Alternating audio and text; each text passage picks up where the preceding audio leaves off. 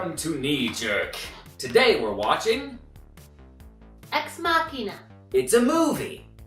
That's honestly all I know. I know the basic plot, as in like the main setup, but I don't know anything about it. I know it won a Best Visual Effects award, I think, and it's a science fiction film. We're gonna watch the movie and eat dinner. In PJs. I sleep in jeans. Fun fact! Things YouTubers say. Let's watch the movie. How long until we get Meeting me, having this employee thing. You want to see something cool? Hello. Do you want to be my friend? Today, I'm going. Hello. We just watched Ex Machina. Is it Ex Machina or Ex Machina? Yeah. So we're gonna basically rate the movie. Just off the cuff. Yeah. Based on 5 different categories, but we'll also give them like a 5-star rating. We're gonna go through enjoyability, visuals, acting, sound, and then the cat just missed. And then she's all sad.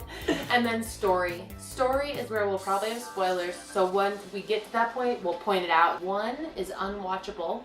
2, not great. 3, pretty good. 4, awesome. And 5, perfect. So we're gonna start with enjoyability. I don't think there was a single point in the film when I was not completely enthralled, just really interested in the characters, really interested in the story. So I'll give this like a 4.5. What about you, Rosie? Yeah, I'm gonna agree. And this movie was really, really good. So I'm giving it a 4.5. Yeah, it's not perfect, but it's definitely past awesome. Pretty darn great. The next category, Visuals. you can start us with that. They were gorgeous. That, I think, was perfect because whether it was just the scene, just the shot, or the actual visual effects, because it seemed like they used both practical Yeah. and VFX. That one got it perfect. So 5 from you. I got a 5. All right, I'll give it a 4. I thought the VFX were great, the special effects were great, the camera work was gorgeous, the images were crisp and clean. For me to give a movie a perfect 5 on visuals would be something like maybe 2001: A Space Odyssey, where you have a wide variety of visual types. And this is a very constrained story. It's a very insular story, and it's a very small story. So that's why it's not the movie's fault. But the visuals are awesome, so I'll happily give it a 4. The next category is acting. 4 for me. I think they all did a really good job. They were all very believable, especially not the main guy, but his boss. Yeah. Awesome. Stole every scene he was in. Yeah. Don't you dare jump. Dana's decided that nails on the wall without things are bugs that she needs to catch. I give it a 5 because I love when I watch a movie and I don't recognize any actors, because then I don't have to look at them as actors. I look at them as characters. So it already started off on a good foot because I didn't recognize any of the people playing the characters. That helped a lot. And then on top of that, there's not a single moment in the film, at least for me, when I was like, oh, well, that was poorly delivered, or they could have done that better. It was like I was watching people going through something that was very complex.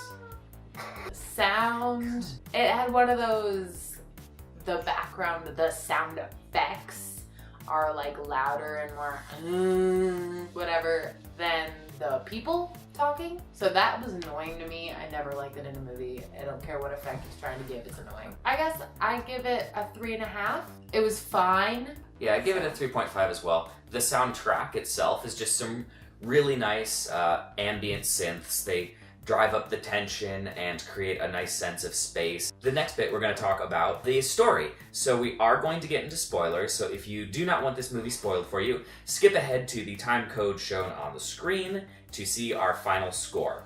So spoilers are happening now. A super smart inventor slash coder, he is creating these robots that he's packing them with this amazing artificial intelligence based on data that he has mined from his search engine. He sets up this contest, which is not a contest, for one of his employees to win, except he was chosen, to interact with his latest and greatest AI to try and give it the Turing test, which is basically testing as to whether or not a human can tell that the AI is simply a computer program and not another being. Things go kind of wrong.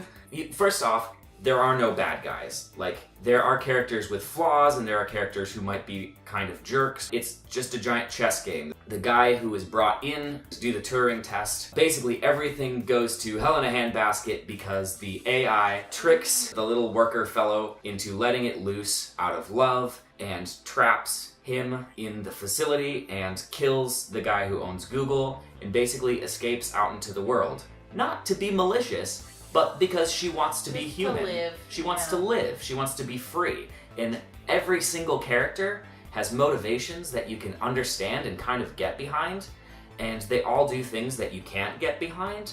So it's a very complicated, shifting, mysterious movie. You're never really sure what's going on until the end. I give the story a 5 out of 5. Katie. Same.